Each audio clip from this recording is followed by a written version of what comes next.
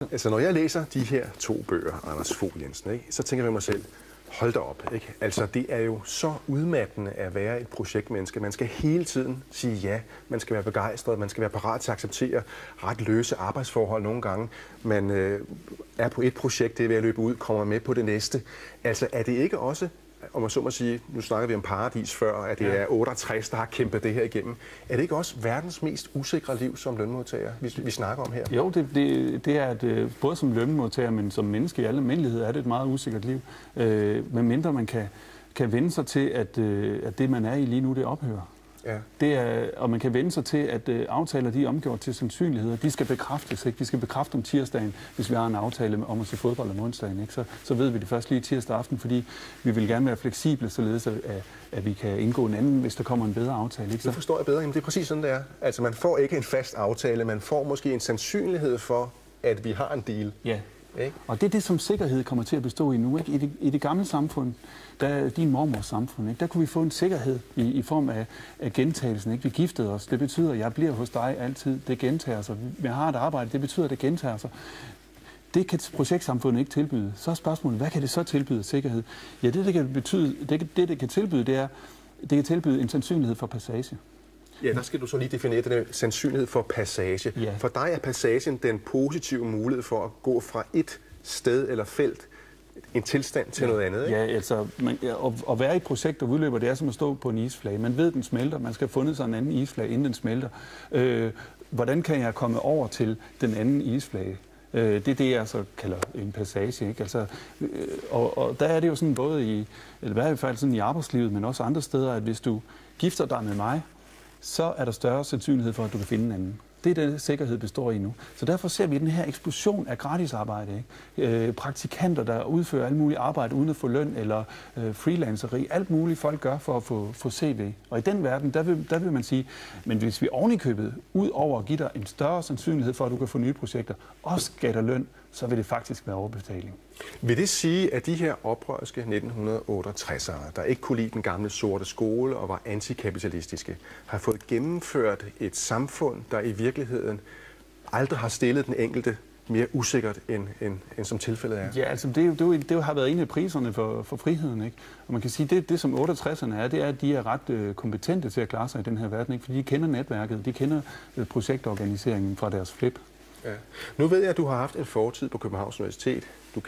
Du har kaldt den måde, som den kultur er på, for mafiøs. Du har brudt ud af, vi skal ikke snakke universiteter her, men du har brudt ud af den verden. Du arbejder nu et sted, hvor du blandt andet er terapeut. Du møder simpelthen folk, der er brudt sammen af udmattelse, fordi det er så svært at leve op til, for nogle mennesker i hvert fald, projektsamfundets krav. Det er jo så dig, der skal komme en individuel løsning til et udbrændt, udmattet menneske. Ja. Er det tilfredsstillende for dig, at du ligesom skal gå ind og reparere på den enkeltes problemer, når du i virkeligheden har en helt samfundsdiagnose?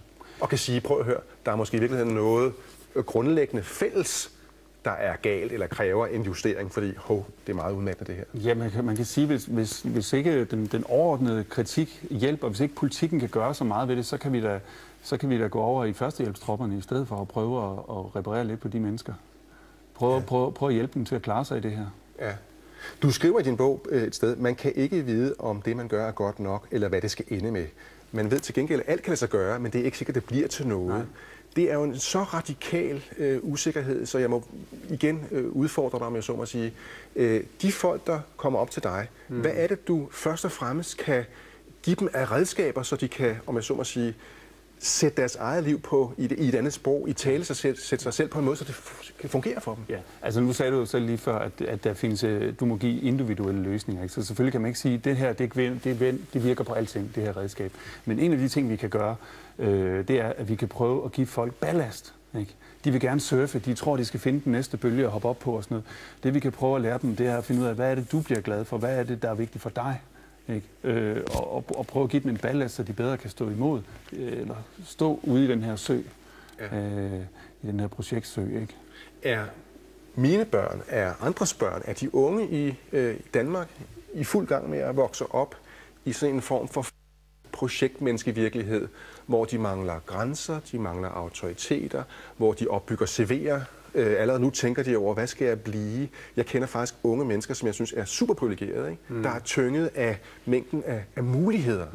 Altså, hvad gør man med sådan et helt samfund, der på den ene side er der overflødighedsorden og muligheder, på den anden side er det måske meget krævende at kunne manøvrere sig ind i de rigtige muligheder? Altså det, man kan sige, det er, at de vokser ikke op i noget, der er flydende. De vokser op i noget, der har sin egen logik. Den her CV-logik, den her passage-logik, den, hvor man skal optimere sine egne chancer til receptionen osv. Men det, de vokser op i, det er i stigende grad, at de altid bor til fremleje i deres liv. Det vil sige, at de bor i noget, eller de er i noget, de er i nogle relationer, som i højere grad de skal videre fra, og derfor hænger de aldrig hylderne ordentligt op. Tænk bare på, hvor mange numre der er i mobiltelefonen. Tænk på alle de der Facebook-venner. Kan de bruge dem?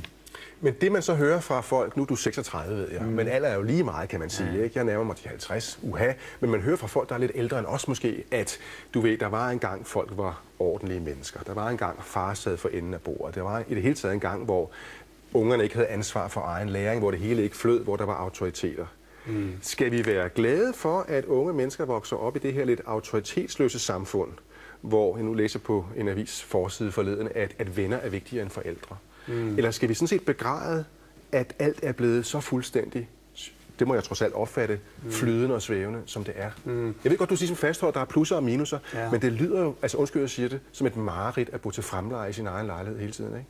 Men vi kan ikke svare entydigt på det, men vi kan sige, at der er nye måder at gå ned på. Skal vi være glade for, at folk kan blive skilt? Ja, for nogen ikke. Er det bedre at gå ned med depression end neurose?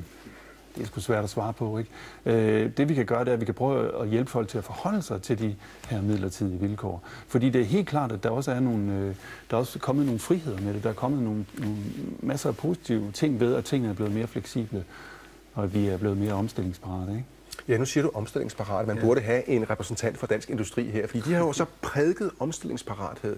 Og man kunne jo sige, at det nøgleord, der kunne gennemsyre hele din karakteristik af projektsamfundet, det er egentlig sådan omstillingsparatheden som den nye Gud. Ja, det kan man godt sige. Det er også det, at man skal være tvær alt muligt, og man skal være tværfaglig, inden man har et fag, som jeg sagde lige før, ikke? Ja, hvad skal jeg sige til det? Altså, jeg beskriver de vilkår, som Dansk Industri råder folk til. Ja. Så må jeg så spørge dig, i det her projektsamfund, hvor ligger magten henne? Altså, 68'erne havde nogle fokuspunkter. De kunne sige, rektor for Københavns Universitet, nu var det Mogens Fogh, som ikke var så slem endda, måske vil nogen sige, det er magten. Han skal ned for katedret, ikke? Man kunne også pege på et gammeldags erhvervsliv. Vi husker de her høje sorte hatte på kapitalisterne. Men hvor er magten nu om dage, hvor lønmodtagerne ejer de der pensionsfonde, og det hele er så flydende? Altså, hvis jeg skulle være lidt grov, så vil jeg sige, at du griber samfundsanalysen an med redskaber, der er udviklet dengang magt var centralt i forståelsen af samfundet, altså i 70'erne. Så magt er ikke central i forståelsen af samfundet? Det er måske ikke det mest centrale begreb længere for at forstå det. Det er måske snarere sådan noget som mulighed. Det der problemet er ikke længere, hvad må jeg ikke, eller hvad kan jeg få lov til, og så videre. Det er, der er uendelig mange muligheder. Hvordan forholder jeg mig til det, at jeg ikke kan realisere det hele? Jeg siger jo ikke, at magt er det vigtigste begreb. Jeg siger bare, hvor er magten henne overhovedet? Har du et bud på det? Det bliver i hvert fald vigtigt at prøve at få magt over sig selv, og som stoikerne sagde engang, at finde ud af, hvor går grænsen mellem det, jeg har magt over, og det, jeg ikke har magt over. Og det, jeg ikke har magt over, det er, at jeg lever i et projektsamfund. Ja. Men jeg har magt over at forholde mig til det, og hvilken måde jeg er projektmenneske på. Selvfølgelig er der også noget med, hvem folk, der uddeler bevillinger, og selvfølgelig skal der føres en politik osv., men hvis vi fokuserer på, at magten ligger inde i Folketinget, så tror jeg, at vi går glip af nogle meget væsentlige ting. Altså selv djøfferen, der prøver at regulere og styre og lave planer og målinger, må se sin datter skære sig selv i armen. Ja. Så der er på individplan noget, vi ikke har magt over. For eksempel vores børns spiseværing, eller vores individuelle neuroser, eller depressioner. Ja. Men så kommer der måske pludselig en finanskrise, og vi får at vide, at den næste fyringsrunde i Danmark er på vej. Der er jo stadigvæk nogle store, undskyld, jeg bruger fortidige magtbegreber, nogle store strukturelle magtkoncentrationer, som på en eller anden måde har noget at skulle sige, ikke? Jo, det er der, og selvfølgelig kan det danske Folketing, der gør en lille smule med nogle lovændringer eller med nogle påvirkninger af renten osv. Selvfølgelig kan de det, men spørgsmålet er, om den magt, der gennemtrænger dem, ikke går forud, altså om de ikke bare er marionetter for en eller anden neoliberal vesten i det her kører igennem.